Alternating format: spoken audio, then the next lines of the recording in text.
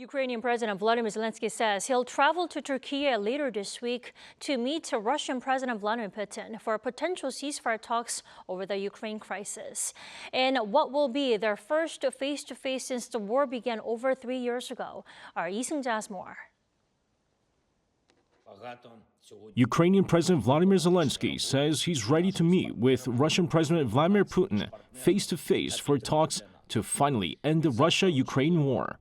The Ukrainian leader said Sunday that he would be in Istanbul to negotiate with his Russian counterpart personally, raising hopes for a complete ceasefire. Zelenskyy took to X, saying that it was a positive sign that the Russians have finally begun to consider ending the war. However, he stressed that the very first step in truly ending any war is a ceasefire, adding that Kyiv hopes Moscow will confirm a ceasefire starting Monday.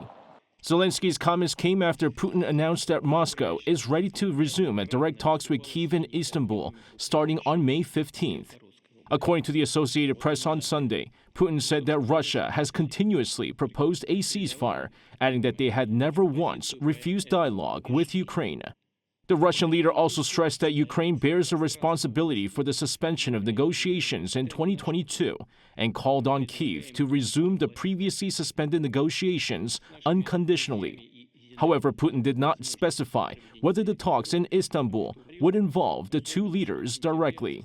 A number of world leaders, including German Chancellor Friedrich Merz, French President Emmanuel Macron, British Prime Minister Keir Starmer, and Polish Prime Minister Donald Tusk met with Zelenskyy in Kyiv on Saturday. They issued a joint call for a 30-day ceasefire starting Monday, a plan which has also received support from both the EU and Washington. The leaders also pledged tougher sanctions on Moscow if Putin did not accept the ceasefire proposal. Seung-jae, Arirang News.